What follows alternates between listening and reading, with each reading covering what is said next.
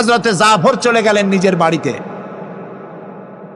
স্ত্রীকে ডেকে বললেন, স্ত্রী, রাসূলুল্লাহ আমাকে নির্দেশ করেছেন মুতার প্রান্তরে যুদ্ধে যাওয়ার জন্যে। আমি চলে যাব, তোমার কাছে বলতে এলাম। রাসূলুল্লাহ নির্দেশ না করলে বলতেও আসতাম না। আমি যদি শহীদ হয়ে যাই, আমি যদি আর না ফিরি, আমার সন্তানগুলিকে আমার রাস্তায়ও, এই রাস্তায়, দ্বীনের রাস্তায় তাদেরকে তৈরি করবে।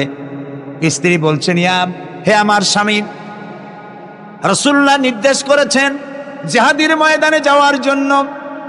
আমি আপনাকে বাধা দেওয়ার হিম্মত রাখি না, তবে আমি আল্লাহর কাছে হাত তুলে বলি। তিনি দোয়া করতে লাগলেন, রব্বুল আলামিন, আমার স্বামী রাসূলুল্লাহর নির্দেশে জিহাদের ময়দানে যেতেছেন, তুমি মেহেরবানি করে আমার স্বামীকে জিহাদের গাজী বানায়া আমার কাছে ফিরাইয়া দিও। হযরতে জাফর তরবারিটা খাপের মধ্য থেকে বের করে তরবারির উল্টা দিক দিয়া স্ত্রীর মুনাজাত করা অবস্থায় তার হাতের উপরে মৃদু আঘাত করলেন আর বললেন, স্ত্রী হাত নামাও, উল্টা দোয়া করো না। রাসূলুল্লাহ আমার নাম দ্বিতীয় নম্বরে বলেছেন, আমার আগেও একজন আছে, পরেও একজন আছে। মুতার প্রান্তরে আমি যে শহীদ হব তাতে কোনো সন্দেহ নাই। উল্টা দোয়া করো না, বরং আমার শাহাদাত মঞ্জুরের জন্য দোয়া করো, আর এই আমার সন্তানগুলিকে দ্বীনের রাস্তায় পরিচালিত করো। আর আমি তোমার কোনো হক আদায় করতে পারি নাই, আমারে মাফ করে দিও। হযরতে জাফর সালাম দিয়ে চললেন। পিছনে স্ত্রী কাঁটা কবুতরের মতো ছটফট করছে, আর ছোট ছোট বাচ্চারা পিছনে দৌড়াচ্ছে, আব্বা আব্বা বলে কাঁদতেছে। হযরতে জাফর পিছনের দিকে একবার ফিরে তাকায়, দেখলেন না কে কান্দে, কে দৌড়ায়। যুবক আব্দুল্লাহ বিন রাওয়াহা, তিনি নতুন বিবাহ করেছেন। আজকের রাত তার বাসর সজ্জার রাত। রাসূলুল্লাহ হুকুম করেছেন জিহাদে যেতে হবে। তিনি চলে গেলেন নিজের বাড়িতে। বাড়ি গিয়ে শুনতে পান রাতের বেলায় স্ত্রী তেলাওয়াত করতেছেন কোরআনে কারীম। হযরতে জাফর হযরতে আব্দুল্লাহ বলছেন, স্ত্রী একটু কোরআন পড়া বন্ধ করো, আমার কথা শোনো। আল্লাহর নবী আমাকে জিহাদের জন্য যাওয়ার জন্য আমাকে নির্দেশ করেছেন, আমি জিহাদে চলে যাচ্ছি। তোমার সঙ্গে বিবাহ হয়েছিল, আমি তোমার কোনো হক আদায় করতে পারি নাই, এজন্য আমারে তুমি মাফ করে দিও। স্ত্রী বলল, প্রাণের স্বামী, আমি শুনেছি এই মদিনায় আপনি সুপুরুষ, এক সুদর্শন যুবক, প্রাণ ভরে একবার দেখতেও পারি নাই। আপনি একবার আমার রুমের ভিতরে আসেন, আপনার চেহারাটা আমি একটু দেখে নেই। স্বামী বললেন, আমি তোমার রুমে ঢুকবো না, আমি তোমার রুমের ভিতরে যাব না, আমি এখনই যুদ্ধে রওনা করব। স্ত্রী বলছেন, প্রাণের স্বামী, রুমের ভিতরে প্রবেশ করলে পরে আমি কোনো প্রেম নিবেদন করব না, শুধু একবার চেহারাটা ভালো করে দেখে রাখতে চাই, কারণ কিয়ামতের ময়দানে আমি যেন আপনাকে স্বামী বলে চিনে নিতে পারি। হযরতে আব্দুল্লাহ বলছেন, প্রিয়তমা স্ত্রী শোনো, যদি তোমার এই ধারণাই হয়, এই নিয়ত যদি থাকে, আর আমার শাহাদাতের পরে যদি তুমি সবর করতে পারো, আমাকে আর দেখার দরকার নাই। আল্লাহ যদি আমার শাহাদাত মঞ্জুর করেন, তাহলে কিয়ামতের দিন জান্নাতের ভেতরে তোমাকে আমাকে স্বামী স্ত্রী হিসাবে আল্লাহই পরিচয় করাইয়া দিবে। হযরতে আব্দুল্লাহ চলে গেলেন জিহাদের ময়দানে। যুদ্ধ শুরু হয়ে গেল। 3000 সৈন্য রাসূলুল্লাহর পাঠানো সাহাবীদের প্রচন্ড আক্রমণে রোমান সৈন্যরা পালায়ে কুল পাচ্ছে না। হযরতে যায়েদ শহীদ হলেন। হযরতে জাফর, তার ডান হাত কাটা গেল, তার বাম হাত কাটা গেল, এবার ঝুলন্ত, হাত কাটা, পা কাটা, এই অবস্থায় তিনি পড়ে আছেন। হযরতে আব্দুল্লাহ বিন রাওয়াহা, তিনি ছুটে গেলেন তরবারি ধরার জন্য, তিনি ছুটে গেলেন ইসলামের পতাকা ধারণ করার জন্য। কাছে গিয়ে দেখেন কে যেন পতাকা উঁচু করে রেখেছে। কাছে গিয়ে দেখেন হযরতে জাফর, হাত কাটা দুদিকে পড়ে আছে, পা কাটা দুদিকে পড়ে আছে, শূন্য মাথাটা তার। হযরতে জাফরের শূন্য মাথা ইসলামের পতাকা ধরে কামড়ে ধরে উঁচু করে রেখে দিয়েছে। হযরতে জাফর শাহাদাতের সময় বলেছিলেন, ও আমার রাসূলের সাহাবীরা, আল্লাহ রসুলকে আমার বিদায় সালাম আরজ করে দিও। আমি এখন আমার নাকের ভিতরে জান্নাতের সুঘ্রাণ পেতেছি, আমার মনে হয় এখনই আমার শাহাদাত নসিব হয়ে যাবে। ও জাফর, তোমার শাহাদাতের পরে আল্লাহ তোমার সাথে কি ব্যবহার করেছেন? হযরতে জাফর বলেন, আল্লাহ তাআলা আমাকে জান্নাতের নাজ ও নেয়ামত দিয়ে আমাকে জিজ্ঞাসা করেছেন, তুমি আর কি চাও? আমি বলেছি, রব্বুল আলামিন, কিচ্ছু চাই না, জমিনে আর একবার পাঠাও তোমার দিনকে প্রতিষ্ঠার জন্য, তোমার দিনের রাস্তায় আর একবার জীবন দিয়ে আসি। হযরতে লোকমান তিনি তার সন্তানকে ডেকে বলছেন, কত বড় নসিহত লক্ষ্য করেন। সন্তানকে ডেকে বলছেন, ইয়া বুনাইয়া, হে কলিজার টুকরা সন্তান, ইন্নাহা ইনতাকু মিসকালা হাব্বাতিন মিন খারদালিন, তোমার জীবনের কোনো একটি আমল তা যদি সরিষার দানা পরিমাণ হয়। হযরত লোকমান যখন এসেছিলেন তখন পৃথিবীটা বিজ্ঞানের যুগ ছিল না। নবী করিম সাল্লাল্লাহু আলাইহি সাল্লাম বিজ্ঞানের যুগে আসেন নাই, কিন্তু তারপরে আর কোনো নবী আসবেন না বলে আল্লাহ তাআলা সরিষার দানার কথা ব্যবহার করেন নাই, জাররা শব্দ ব্যবহার করেছেন। জাররা হচ্ছে পরমাণু, অণু, পরমাণু পরিমাণ। ফামাইয়া আমাল মিসকালা জাররাতিন শাররাইয়ারা ওয়ামাইয়া আমাল মিসকালা জাররাতিন শাররাই, প্রথমটা খায়রাইয়ারা। তো এখানে আল্লাহ তাআলা জাররা শব্দ ব্যবহার করেছেন, যেহেতু এখন বিজ্ঞানের যুগ, আর আল্লাহ তাআলার কাছে সবটাই, সমস্ত কাল হলো বর্তমান কাল, অতীত ভবিষ্যৎ বলে কোনো কাল নাই। এই জন্য নূহ আলাইহিস সালামের যুগটা ছিল বৈজ্ঞানিক যুগ, ছিল না হযরতে লোকমানের সময়। তাই আল্লাহ তাআলা সে সময় সরিষা পাওয়া যেত, সরিষার কথা বলেছেন। এখন তো অণু পরমাণু দিয়ে অ্যাটম বোমা তৈরি করা হয়, বিভিন্ন মারণাস্ত্র তৈরি হয়, সামান্য অণু সেটাকে ভেঙ্গে চুরে আরো পরমাণু, আরো ছোট্ট ক্ষুদ্রাতি ক্ষুদ্র জিনিস দিয়ে ধ্বংস করে দেওয়া যায় এলাকা থেকে এলাকা। সেই জন্য আল্লাহ তাআলা জাররা শব্দ ব্যবহার করেছেন, এখানে সরিষার দানার কথা ব্যবহার করছেন। আল্লাহ তাআলা বলেন, হযরতে লোকমান বলছেন, ও আমার প্রিয় সন্তান, যদি তোমার কোনো সরিষা পরিমাণ আমলও যদি পাথরের ভিতরে কোথাও লুকিয়ে থাকে, মহাশূন্যে যদি হারিয়ে যায়, মরুভূমির ভিতরে যদি হারিয়ে যায়, আকাশ এবং পৃথিবীতে কোথাও যদি তা লুকিয়ে থাকে, অবশ্যই আল্লাহ রব্বুল আলামিন কিয়ামতের দিন তা উপস্থিত করবেন। কত বড় কথা! সরিষার দানা পরিমাণ আমল যদি আল্লাহ কিয়ামতে উঠান, জেনা, ব্যভিচার, মদ, জুয়া, এই সমস্ত বড় বড় পাপ আল্লাহ দেখাইতে পারবেন না? পারবেন। সন্তানকে কিভাবে নসিহত করতে হয়? সন্তানকে গুলশানে 4টা বাড়ি রেখে যাওয়া, ব্যাংকে হাজার হাজার কোটি টাকা ব্যাংক ব্যালেন্স রেখে যাওয়া সন্তানের জন্য কল্যাণকর নয়। রাসূলুল্লাহ বলেছেন, মাতা পিতার পক্ষ থেকে সন্তানকে ইলম শিক্ষা দেওয়া, আদব শিক্ষা দেওয়ার চাইতে উত্তম উপহার মা বাপের পক্ষ থেকে সন্তানের জন্য দেওয়ার আর কিছুই নাই। হযরতে আলী রাদিয়াল্লাহু তাআলা আনহু বলছেন, লাইসাল ইয়াতীমুল্লাযী কাদ মাতা ওয়ালিদুহু বালিল ইয়াতীমু ইয়াতীমুল ইলমি ওয়াল আদাবি। যার বাপ মা মারা গেছে, যার পিতা মারা গেল, সেই প্রকৃত এতিম নয়। প্রকৃত এতিম হচ্ছে যার কাছে কোরআন হাদিসের জ্ঞান নাই আর আদব নাই।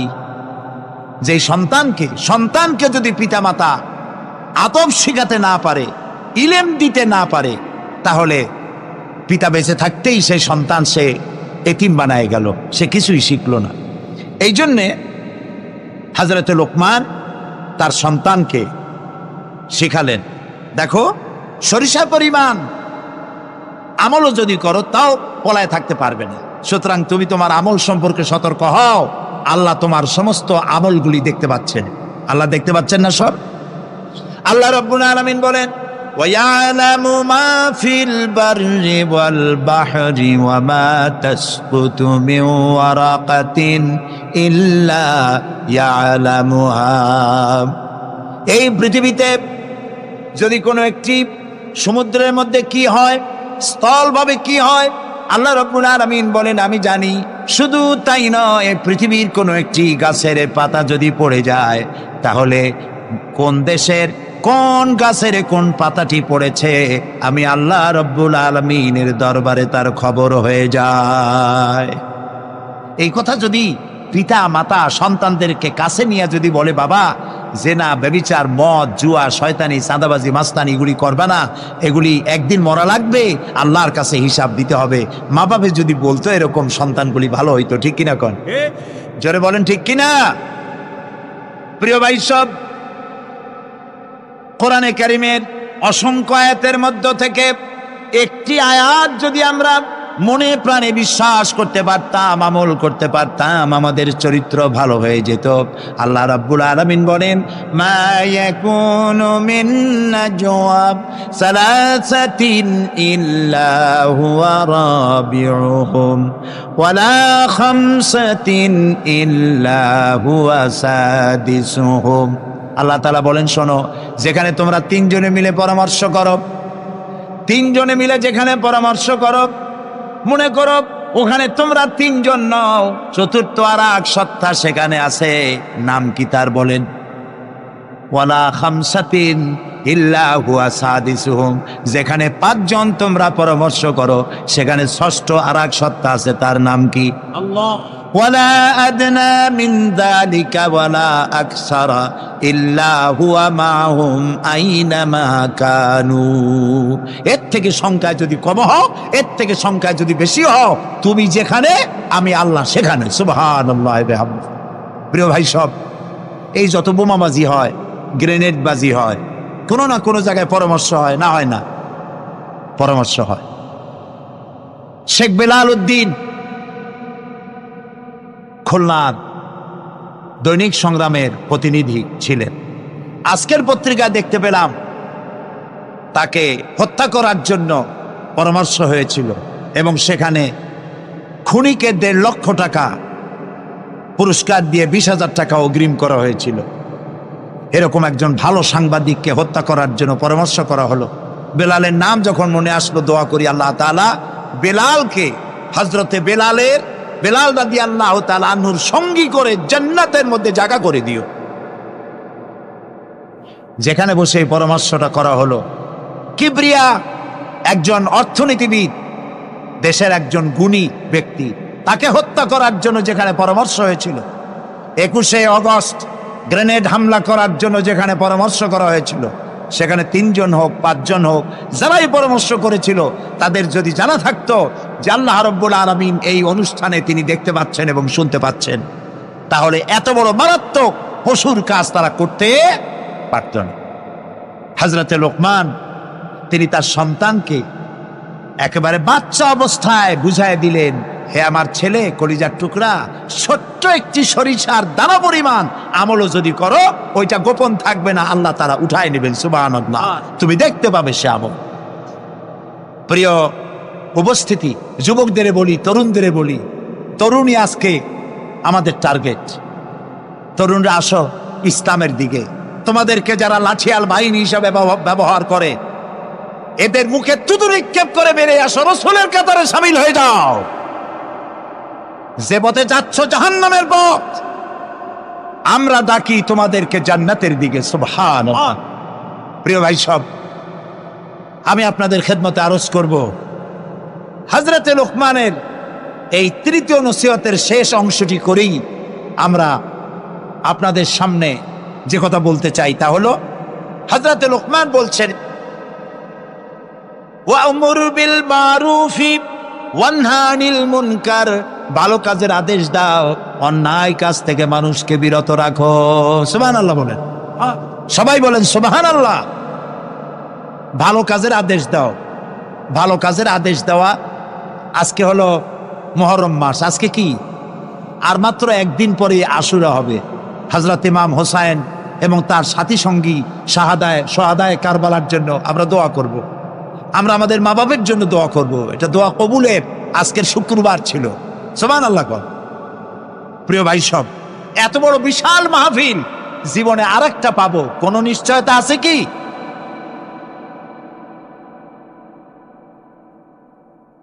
তিন নম্বর নসিহতের শেষ অংশ হচ্ছে, হে প্রিয় বৎস, ভালো কাজের আদেশ করবা আর অন্যায় কাজের বিরোধিতা করবা। ভালো কাজের আদেশ আমরা এখন ভুলে গেছি, করি না। অন্যায় কাজ থেকেও মানুষকে ফিরায় রাখি না। অন্যায় চোখের সামনে হয় তাও আমরা প্রতিবাদ করি না। এই প্রতিবাদী কণ্ঠ হতে হবে আমাদের। রাসূলুল্লাহ বলেছেন, মান রা মিনকুম মুনকারান ফালিয়ুগাইয়িরহু বিয়াদি ফাইন লাম ইস্তাতি ফাবিলিসানি ফাইন লাম ইস্তাতি ফাবিকলবি ওয়া যালিকা আযফুল ঈমান। আমাদের কার কতটা ঈমান আছে তা পরিমাপ করার একটা থার্মোমিটার আছে। আপনারা জানেন জ্বর মাপে যে যন্ত্র দিয়া, সেটা কি বলা হয়? থার্মোমিটার। দুধ মাপে, অর্থাৎ দুধের মধ্যে পানি না পিওর দুধ তা মাপার জন্য একটা যন্ত্র আছে না, ওটারে কি বলে? ল্যাক্টোমিটার। এরপরে আবহাওয়া পরিমাপ করার জন্য, বৃষ্টি হবে কি হবে না ইত্যাদি পরিমাপের জন্য একটা যন্ত্র আছে, সেটার নাম কি? ব্যারোমিটার। প্রত্যেকটা জিনিস মাপার এরকম যন্ত্র আছে। ঈমান মাপারও একটা হাদিস আছে। সুবহানাল্লাহ। ঈমানটা ফার্স্ট ক্লাস, সেকেন্ড ক্লাস আর থার্ড ক্লাস, এটা মাপার একটা হাদিস আছে। সে হাদিসটা আমি পড়ে ফেলেছি আগেই।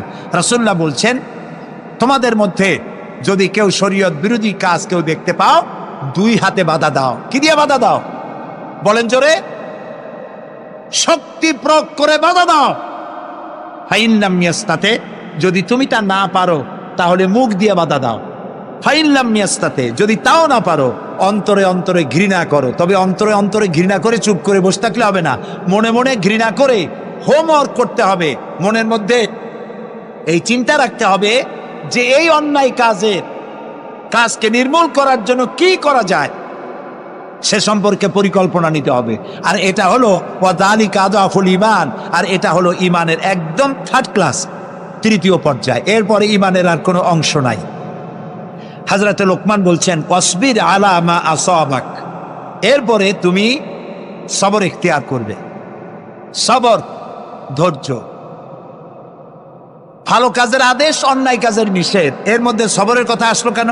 সবরের কথা আসলো এই জন্য যে আপনি যখনই মানুষের ভালো কথা বলবেন তখনই আপনারে মানুষে গালি দেবে, মন্দ কথা বলবে। ইসলামের দাওয়াত দিবেন, বলবে যে মৌলবাদী। ঠিক কিনা? এখন তো কিছু দল আছে আমাদের দেশে, মৌলবাদ আর সাম্প্রদায়িক ছাড়া আর কিছু চোখেই দেখে না, খালি কয় মৌলবাদ মৌলবাদ মৌলবাদ মৌলবাদ। সাম্প্রদায়িক কি? সাম্প্রদায়িক হয়েছে? মৌলবাদ কি হয়েছে? ইসলাম পালন করলে, নামাজ রোজা করলে যদি মৌলবাদ হয়, তাহলে যারা গালি দেয় ওরা যদি নামাজ পড়ে তো ওরাও তো মৌলবাদী। সাম্প্রদায়িক কি হয়েছে? কেন সাম্প্রদায়িক করেন? বাংলাদেশে কি সাম্প্রদায়িকতা বলতে কিছু আছে? এই দেশেও যদি বলে সাম্প্রদায়িক সম্প্রীতি নাই, তাহলে সাম্প্রদায়িক সম্প্রীতি আছে কোন দেশে? ওই দেশের নামটা আমরা শুনতে চাই। বাংলাদেশ পৃথিবীর অন্যতম শ্রেষ্ঠ সাম্প্রদায়িক সম্প্রীতির একটি উজ্জ্বল দৃষ্টান্ত বহন করে চলছে এই বাংলাদেশ। আমরা 1947 সনে একবার স্বাধীন হয়েছি, আবার 71 সনে পূর্ণাঙ্গ স্বাধীনতা লাভ করেছি। ঠিক না ভাই? ওই একই 47-এ ভারতও স্বাধীন হয়েছে, আমরাও স্বাধীন হয়েছি। আমাদের দেশে 47 থেকে নিয়ে এই পর্যন্ত সাম্প্রদায়িক দাঙ্গা, কমিউনাল রায়ট, ধর্মীয় মারামারি, হিন্দু মুসলমানে সাম্প্রদায়িক মারামারি, খুনাখুনি হয়েছে বলেন? হয়ে থাকলে কোথায় হয়েছে বলেন? হয়েছে কোথাও? হয়নি। আর যে ভারত আমাদের প্রতিবেশী, 1947 থেকে এই পর্যন্ত সাম্প্রদায়িক দাঙ্গা হয়েছে সে দেশে 20,000 বারেরও বেশি। সেটা নিয়ে কোনো মাথা ব্যথা নেই, সমস্ত মাথা ব্যথা আমাদের দেশ নিয়ে। এইখানে খালি কয় সাম্প্রদায়িক। নামাজ যদি পড়ে, লোকেরা নামাজ পড়ে, রোজা রাখে, ইসলামের কথা বলে, সাম্প্রদায়িক মৌলবাদ এইসব কথা বলিয়া মানুষকে আর ধোকায় ফেলা যাবে না ইনশাআল্লাহ। এখন মানুষ অনেক জাগ্রত। এই যে সন্ত্রাস, আলহামদুলিল্লাহ তাআলা বলেন, ওয়া কুল্লা ইনসানিন আলজামনাহু তাইরাহু ফি উনুকি ওয়া নুখরিজু লাহু ইয়াওমাল কিয়ামাতি কিতাবান ইয়ালকাহু মানশুরা। ওয়া কুল্লা ইনসানিন আলজামনাহু তাইরাহু ফি উনুকি, আমি প্রত্যেক মানুষের কর্মকে তার গ্রীবা লগ্ন করে দিয়েছি। এই যে গলা, এই গলার কাছে একটা ঘুটলির মতো একটা সিম কার্ডের মতো এইখানে আমি রেখে দিয়েছি। কোথায়? কোন গলায়? কে বলতেছেন এ কথা? এই গুটলির ভিতরে তুমি যা করতেছো সব লিপিবদ্ধ হচ্ছে। সুবহানাল্লাহ বলেন। এখন বলতে পারেন অদৃশ্য এই গুটলি, এটা তো দেখি না, এটা কে বলতেছেন? আমি কিন্তু দেখতে পাচ্ছি না। আপনারা দেখেন নাকি? কেউ দেখেন না। হাত দিয়ে ধরে দেখেন, পান নাকি? ধরাও যায় না, দেখাও যায়। আল্লাহ বলছেন আছে, তাহলে বিশ্বাস করতে হবে। এর ভিতরে সব রেকর্ড হয়ে যাচ্ছে। আপনি বলবেন এতটুকুন ঘুটলির মধ্যে, তাবিজের মধ্যে আমার সারা জীবনের সব কথার সব কাজ ঢোকে কেমনে? কেমনে লেখা হয়? তাহলে পাল্টা প্রশ্ন করি, আপনার মোবাইলের সিম কার্ডে এত ফোন নাম্বার, এত ইমেল, এত কি বলে, এত টেক্সট, এত কিছু, আপনার আরো কি জানি আছে, মেসেজ দেওয়াটা হাবিজাবি আছে না, অনেক কিছু গুষ্টি সুদ্ধা, এগুলো কেমনে হয়? ছোট্ট একটা সিম কার্ডের মধ্যে কেমনে হয়? শত শত টেলিফোন নাম্বারের মধ্যে ঢুকে যায়। আমার একটা টেলিফোন দিয়ে মোবাইল দিল, কোথা থেকে দিল? লিসবন। কোথায়? কি আন্দাজে কয় থেকে? লিসবন হচ্ছে পর্তুগালের রাজধানী। পর্তুগালের রাজধানী, সেখানে প্রোগ্রাম ছিল, ওরা আমাকে একটা মোবাইল দিল। এতে যে কত ফাংশন আল্লাহ ভালো জানে, আমি এখনো শিখতে পারিনি এত ফাংশন এতটুকু একটা মোবাইলের মধ্যে। কম্পিউটার, কম্পিউটারের ছোট্ট একটা মাইক্রোচিপ যন্ত্র, যে কম্পিউটার ব্যবহার করা এখন বাচ্চা ছেলেবেলারাও জানে। এটা একটা পৃথিবীর বিস্ময়। এই কম্পিউটার, আপনি যান ব্যাংকে, কম্পিউটারের ছোট্ট সেই মাইক্রোচিপসের মধ্যে সারা চট্টগ্রামের সমস্ত মানুষের টাকা লেনদেন, ট্রানজেকশন, এর যা কিছু আপনি করেছেন সব কিছুর হিসাব এখানে রয়েছে, আছে না? তাহলে এতটুকুন একটা মাইক্রোচিপসের মধ্যে এত সহস্র কোটি কোটি টাকার হিসাবপত্র, লেনদেন, এই ছোট্ট জিনিসের মধ্যে ঢুকাবার মতো জ্ঞান মানুষের মাথায় দিছে কে? বলেন কে? সেই আল্লাহই তো গলায় ঝুলায় রাখছে। তাহলে এটা সম্ভব না? সম্ভব কি না? সম্ভব। এখন এই কথাগুলি বলে আল্লাহ মানুষের ক্ষতি করছেন না উপকার করছেন? উপকার করেছেন। এইটা যদি আমার বিশ্বাসে থাকে যে আমার গলার কাছে এরকম একটা সিম কার্ড আছে, একটা সিম আছে মোবাইলের মতো, এটা মনে করেন মোবাইলের একটা সিম গলায় ঝুলানো আছে, এটা সব উঠতেছে, যা বলেন তাই ওঠে, যা করেন তাই ওখানে লেখা হয়। সুবহানাল্লাহ। এই বিশ্বাস যদি আমার হয়, আমি ভালো মানুষ হয়ে যেতে পারবো। সুবহানাল্লাহ বলো। আমি খারাপ কাজ করতেই পারবো না। এই জন্য আল্লাহ পরকালের এই কথাগুলি কোরআনে কারীমের মধ্যে এত বেশি করে বলেছেন। মানুষের চরিত্রবান হওয়ার জন্য আল্লাহর ভয়, পরকালে বিশ্বাস, এর থেকে বড় ওষুধ পৃথিবীতে আর নাই। সব লেখা হচ্ছে, মানুষ বিশ্বাস করে না, এ হলো মূল কথা। যতক্ষণ মাহফিলে থাকে কেমন লাগে? এই যে বসে আছেন ঘন্টার পর ঘন্টা, কেমন লাগে? কন বেহেশতের মতো। বাড়ির কথা মনে আছে? এখন বউর কথা মনে ওঠে? ছেলে মেয়ের কথা মনে ওঠে? সুবহানাল্লাহ কইতে ইচ্ছা করে না? মাজালিসুল ইলম হিয়া রাউদাতুম মিন রিয়াদিল জান্নাহ। এখানে ইলম আলোচনা করা হচ্ছে, কোরআন আলোচনা করা হচ্ছে। এটা তো রজবালি প্যারেড ময়দান নয়, এটা জান্নাতের টুকরা হয়ে গিয়েছে। বেহেশতের বাগানে বসে আছেন। বেহেশতে মানুষেরা দুনিয়ার কথা চিন্তা করবে না। দুনিয়া কি? এটা একটা পায়খানা। এখানে আসছিল ওই পায়খানা করার জন্য, এটা পায়খানা। আর মানুষেরা পায়খানা সাজাবার কাজে ব্যস্ত আছে, আসল ঘর ভুলে গেছে। আসল ঘর কোনটা? প্রিয় ভাই, সব মানুষ বোঝে না, ভুলে যায়। সিগারেটের প্রত্যেকটা প্যাকেটে লেখা থাকে ইহা স্বাস্থ্যের জন্য ক্ষতিকর, তারপরেও কি টানা টানে দেখছেন? বিশ্বাস করেন, গা সওয়া হয়ে গেছে। এই আমলনামা তৈরি হচ্ছে, হঠাৎ করে কিয়ামতে বানায় দেওয়া হবে না। আপনার আমার বডির সাথে লাগানো ওই সিম কার্ডে সব লেখা হয়ে যাচ্ছে। কিয়ামতের দিন এগুলি হাতে দেওয়া হবে, আর আল্লাহ তাআলা বলবেন, ইকরা কিতাবাকা কাফা বিনাফসিকাল ইয়াউমা আলাইকা হাসিবা। ইকরা কিতাবাক, তাকে বলা হবে এবার তুমি পড়ো। কাফা বিনাফসিকা আল-ইয়াওমা আলাইকা হাসিবা, তোমার এই কিতাব পড়ো, আর তোমার এই হিসাব গ্রহণ করার জন্য কিতাবটা ভালো করে পড়ো, তোমার নিজের হিসাব নেওয়ার জন্য তুমি নিজেই যথেষ্ট। তুমি দোজখে যাবা না বেহেশতে যাবা, তুমি নিজেই সিদ্ধান্ত নাও কোথায় যাবে। তোমার নিজের কি করছিলা এখন তুমি দেখো। এই জন্য আমি বলি মাঝে মধ্যে আমরা এখনো হিসাব করতে পারি এখানে বসিয়া আমাদের কি হওয়া উচিত। ছোটবেলার কথা মনে আছে? নাই, মনে নাই? এই যে স্কুল থেকে পলাইছিলেন, তারপরে 2 দিন পর স্কুলে গিয়ে হাজির হয়েছেন, মাস্টার জিজ্ঞেস করলো গতকাল আসো নাই কেন? তখন বললেন মা বলেছেন আমার নাকি পেটে ব্যথা হয়েছিল। এইসব স্কুল ফাঁকি দেওয়া, মার খাওয়া, মানুষের বাড়ির লিচু খাইতে গিয়ে চুরি করিয়া কিল খাওয়া, এইসব ছোট ছোট কথা মনে পড়লে এখনো হাসি পায়। এসব কথা মনে আছে না? ছোট ছোট কথা, ছোট ছোট কথাগুলি যদি মনে থাকে তাহলে কোন হোটেলে, কোন বাগানে, কোথায় কোন পাপ করেছেন তা মনে নাই? এখন নিজে হিসাব করেন জায়গা কোথায় হওয়া উচিত, পাপ করেছেন কত, ভালো কাজ করেছেন কত, নিজে হিসাব করে দেখেন কোন দিকে যাবেন। আমরা নিজেরাই যথেষ্ট হিসাবের জন্য। আল্লাহ তাই বলবেন কিয়ামতের দিন ইকরা কিতাবা, তোমার কিতাব তুমি পড়ো, তোমার হিসাব নেওয়ার জন্য তুমিই যথেষ্ট। আহারে,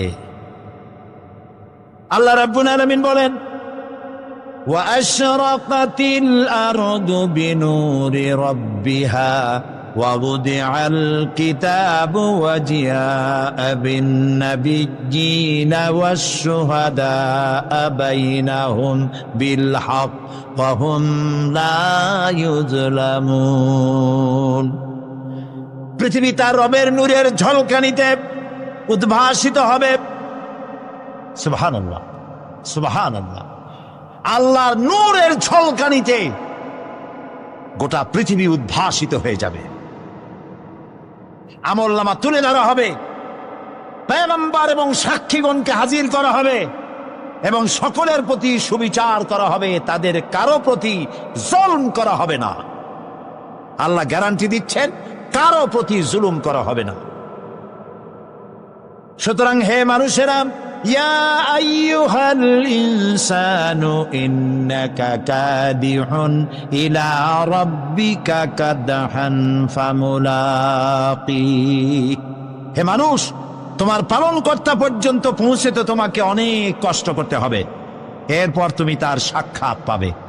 কিয়ামতে তোমার সাক্ষাৎ হবে। কাজেই তোমার নিজের আমলকে সুন্দর করে আমলকে তৈরি করে নাও। فَأَمَّا مَنْ أُوتِيَ كِتَابَهُ بِيَمِينِهِ فَسَوْفَ يُحَاسَبُ حِسَابًا يَسِيرًا وَيَنْقَلِبُ إِلَى أَهْلِهِ مَسْرُورًا। সুবহানাল্লাহ, সুবহানাল্লাহ। যার ডান হাতে আমলনামা দেওয়া হবে, কিয়ামতের দিন আমলনামাগুলি উড়িয়ে দেওয়া হবে। ইমানদারের সামনের থেকে কোন হাতে, আর বেঈমানের পিছন থেকে বাম। এই আমলনামা যখন যার ডান হাতে আমলনামা পৌঁছে যাবে, তার হিসাব নিকাশ সহজ হয়ে যাবে। আমলনামা হাতে করে আনন্দ চিত্তে সে আপন পরিবারের সঙ্গে মিলিত হতে পারবে। সুবহানাল্লাহ। আল্লাহ কিয়ামতের দিন দয়া করে আমাদের আমলনামা আমাদের ডাইন হাতে দিয়ে দিও। আল্লাহ তাআলা দয়া করে আমাদের হাতে, আমাদের ডান হাতে আমাদের আমলনামা দিও। দয়া করে আমাদের আমলনামা আমাদের ডাইন হাতে দিও। আনন্দ চিত্তে পরিবারের সঙ্গে দেখা করে সব পরিবার, মা বাপ, স্ত্রী পুত্র পরিজন, ভাই বোন, বন্ধু বান্ধব নিয়া এক জান্নাতে থাকার তৌফিক দিও।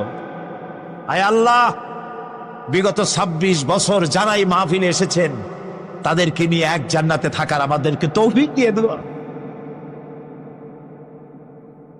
وَأَمَّا مَنْ أُوتِيَ كِتَابَهُ وَرَاءَ ظَهْرِهِ فَسَوْفَ يَدْعُو ثُبُورًا وَيَصْلَى سَعِيرًا। আর যার আমলনামা পিছন থেকে বাম হাতে আসবে, সে তো মৃত্যুকে আহ্বান করতে থাকবে, মৃত্যুকে ডাকবে, এর থেকে যদি মরে যেতে পারতাম তাও ভালো হইতো। তার আর উপায় থাকবে না, তার জায়গা হবে জাহান্নামে। নাউযুবিল্লাহ। আমরা সবাই বলি নাউযুবিল্লাহ। এরপরে আল্লাহ রাব্বুল আলামিন মিজান খাড়া করবেন, দাড়িপাল্লা। মিজান কি? দাড়িপাল্লা। ইনসাফ কি মুকদ্দাস তারাজু। ইনসাফের প্রতীক কি তাও কইতে পারেন না, জোরে বল না। এটা হচ্ছে ইনসাফের প্রতীক। সুপ্রিম কোর্ট ঢাকা,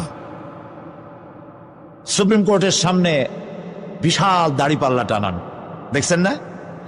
মানুষেরা তো বোঝে না, গ্রাম দিয়ে লোকেরা যায়, যাই এটা দেখে কয় যে ওরে বাবা, জামাত ইসলামের এত বড় অফিস। দাড়িপাল্লা তো জামাত ইসলামের না, এটা ইনসাফের প্রতীক। তারা ক্ষমতায় গেলে ইনসাফ করবে, এটা বোঝাবার জন্য এই প্রতীককে গ্রহণ করেছে। আল্লাহ যেন ইনসাফ করার তৌফিক দিয়ে দেয়। বলেন আমিন, জোরে বলেন আমিন। কিয়ামতের দিন এই দাড়িপাল্লা মিজান আল্লাহ তাআলা প্রতিষ্ঠিত করবেন, এবং এই মিজানে যার পুণ্য পাল্লা ভারী হবে সে কৃতকার্য, আর যার পাল্লা হালকা হবে সব শেষ। আল্লাহ রাব্বুল আলামিন বলেন, وَنَضَعُ الْمَوَازِينَ الْقِسْطَ لِيَوْمِ الْقِيَامَةِ فَلَا تُظْلَمُ نَفْسٌ شَيْئًا وَإِنْ كَانَ مِثْقَالَ حَبَّةٍ مِّنْ خَرْدَلٍ أَتَيْنَا بِهَا وَكَفَى بِنَا حَاسِبِينَ। আমি কিয়ামতের দিন ন্যায় বিচারের মানদণ্ড স্থাপন করব, তখন কারো প্রতি অবিচার করা হবে না। যদি কোনো আমল সরিষার দানা পরিমাণ হয়, আমি তা হাজির করব। সুবহানাল্লাহ, সুবহানাল্লাহ। এবং হিসাব গ্রহণের জন্য আমি যথেষ্ট। এবং হিসাব মানুষেরা মনে করবে, এত মানুষ আদম আলাইহিস সালাম থেকে নিয়ে পর্যন্ত, এখান থেকে নিয়ে কিয়ামত পর্যন্ত সব মানুষের তো উঠবে সে কোনো হিসাব হবে নাকি? একজন একজন করে হিসাব হবে। আল্লাহ বলছেন, আল্লাহ সারিউল হিসাব, দ্রুত হিসাব নিতে সক্ষম। আল্লাহ নিজের কানে নিজে শুনবেন, অন্যের মাধ্যমে নয়, নিজে শুনবেন। প্রত্যেক আর আসামির কাছ থেকে, লোকদের কাছ থেকে তার বক্তব্য শুনবেন, ভায়া মিডিয়া শুনবেন না, নিজেই শুনবেন। আল্লাহর কান আছে না, চোখ আছে না? লোকেরা এই যে বইপত্রে লেখে আল্লাহ হচ্ছে নিরাকার, কত বড় বাজে কথা। আল্লাহ নিরাকার, আমরা এমন এক আল্লাহর ইবাদত করি, তিনি আমাদের কিছু শুনতে পান না, কান টান নাই, তিনি আমাদের কিছু দেখতে পান না। এরকম নাকি আল্লাহ তাআলা? আল্লাহ তাআলা কোরআন শরীফে বলেছেন, আল্লাহর হাত, আল্লাহর পা, আল্লাহর চোখ, আল্লাহর মুখ। তবে এগুলি কি রকম? আল্লাহর হাত, পা, চোখ কেমন, আকারটা কেমন? এর একটাই জবাব। কয়টা জবাব? জোরে বলে, একটাই জবাব। আল্লাহর যেমন হওয়া উচিত তেমন। সুবহানাল্লাহ বলে, সুবহানাল্লাহ বলে। এর থেকে আর কোনো জবাব নাই, এই একটাই জবাব। আল্লাহর যেমন হওয়া উচিত ঠিক তেমন। লাইসা কামিসলিহি শাইউন, আল্লাহর অনুরূপ, আল্লাহর মতো আকাশেও কিছু নাই, জমিনেও কিছু নাই। এটা আমাদের ঈমান, এটা আমাদের কি? ঈমান। সুতরাং তিনি জুলুম করবেন না এবং হিসাব নিবেন, আর যথার্থ হিসাব নিবেন। সেখানে কারো প্রতি কোনো জুলুম করা হবে না। ومن خفت موازينه فأولئك الذين خسروا أنفسهم بما كانوا بآياتنا يظلمون। আর যাদের পাল্লা হালকা হবে তারা তো শুধু নিজেদেরই ক্ষতি সাধন করবে, কেননা তারা আমার আয়াত সমূহকে অস্বীকার করত।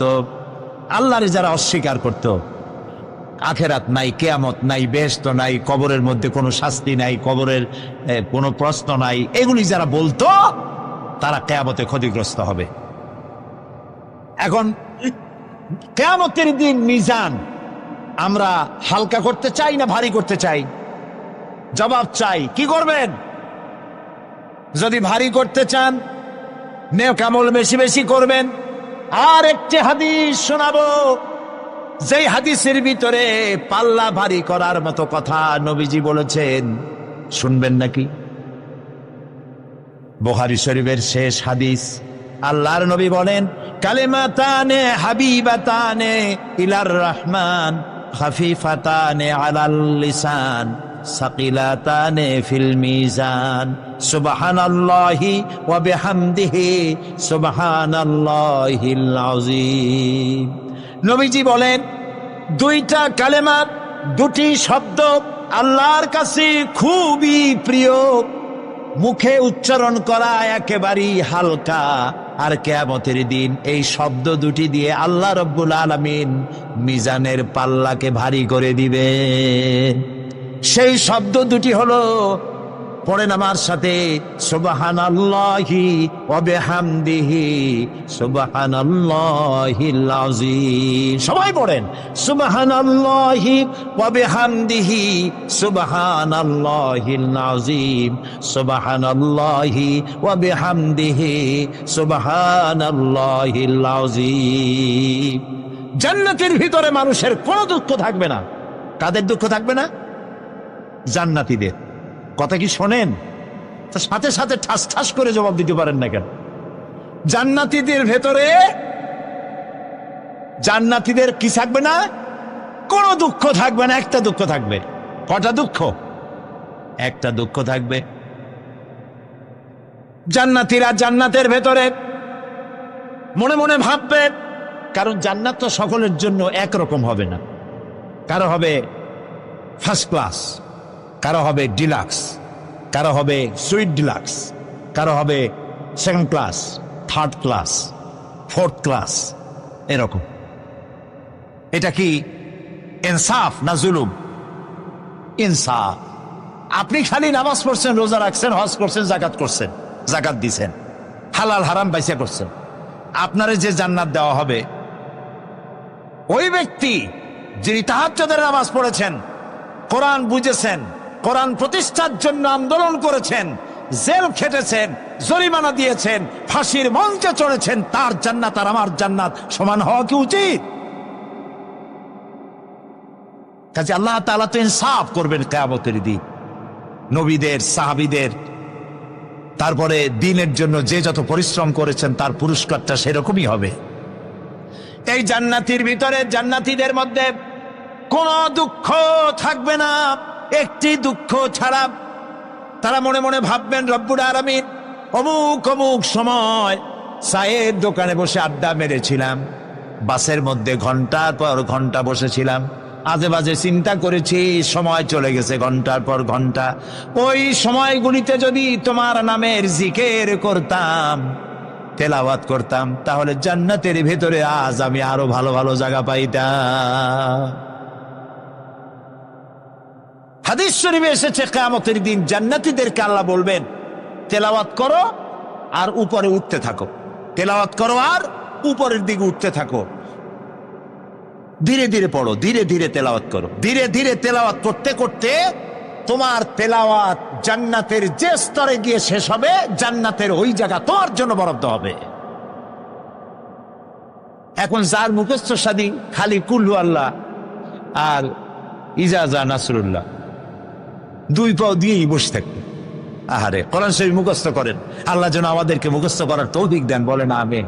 এজন্য উৎসাহ থাকা দরকার। উৎসাহ হইলেই আপনি পারবেন। জেহেন শক্তি সকলেরই কম বেশি আছে, চেষ্টা করলেই পারবেন। সেই জন্য আমি বলতে চাই, কিয়ামতের দিন জান্নাত যদি আল্লাহ তাআলা দয়া করে আমাদেরকে নসিব করায় দেন, যদি বলবো না, বলবো আল্লাহ তুমি দয়া করে আমাদেরকে জান্নাত দিও, বলেন আমিন। জান্নাতের ভিতরে এই দুঃখ যেন না আসে, সেই জন্য বাসে যখন চড়েন, গাড়িতে চড়েন, রিকশায় চড়েন, একা একা যাচ্ছেন, গুনগুন করে আল্লাহর জিকির করতে থাকেন, সুবহানাল্লাহি ওয়া বিহামদিহি সুবহানাল্লাহিল আযীম, সুবহানাল্লাহি ওয়া বিহামদিহি সুবহানাল্লাহিল আযীম, সুবহানাল্লাহি ওয়া বিহামদিহি সুবহানাল্লাহিল আযীম। জিকির করেন সবাই কিছুক্ষণ, সুবহানাল্লাহ, আলহামদুলিল্লাহ, লা ইলাহা ইল্লাল্লাহ, সুবহানাল্লাহ, আলহামদুলিল্লাহ, লা ইলাহা।